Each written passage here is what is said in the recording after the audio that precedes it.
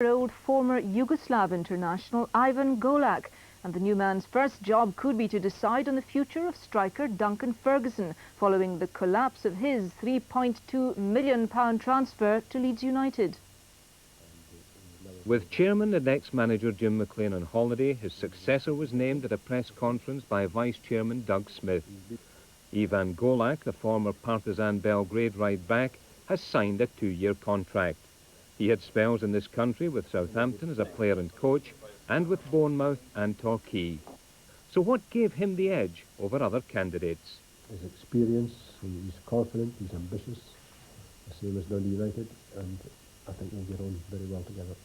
The United vice-chairman refused to be drawn in the collapse of the Duncan Ferguson deal. The player was back in training with his teammates today.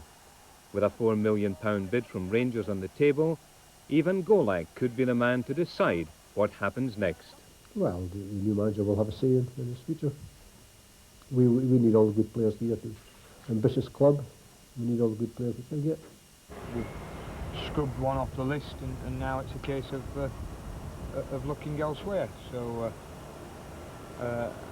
I've always said, or I've increasingly said during the time I've been a manager, that until someone is actually at your club and signed on that dotted line, you know, there's a lot of time gets wasted. A lot of time gets wasted by managers, a lot of time gets wasted by players, a lot of time gets wasted by so-called advisors. With two major developments at Dundee United. Firstly, the club appointed a new manager, Ivan Golac. The former Yugoslav international takes over on Friday and will walk straight into the summer's longest-running transfer saga. For as Leeds United today officially terminated their interest in Duncan Ferguson, Mr Golac will now have a major say in the striker's future. All seemed normal at Tannadice this morning, but it was anything but. Duncan Ferguson might have been at Elland Road signing for Leeds. Instead, he was returning from a pre-season training session. There were moves afoot, though, at a hastily arranged press conference. Well, contrary to what you might believe, this is not about Duncan Ferguson. Dundee United are pleased to announce the appointment of a new manager, who will be Ivan Golac, the former Yugoslavian and Southampton player. He'll commence his 2-year contract this week, and at present he is travelling to Scotland with his family and will be at Tannadice on Friday. Ivan Golac's last dealings with Scottish football were with Partizan Belgrade, as boss of the side which played Celtic in an epic Cup Winners' Cup tie at Parkhead. The Yugoslavs eventually winners on goal difference, despite losing 5-4 on the night. So Golac a winner when last in the country, but will he triumph in his first big test at United?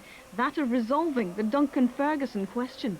The present situation now is that a new manager has been appointed, and we'll wait to see what the new manager thinks about the situation. The new manager will have a say in his future. We need all the good players here.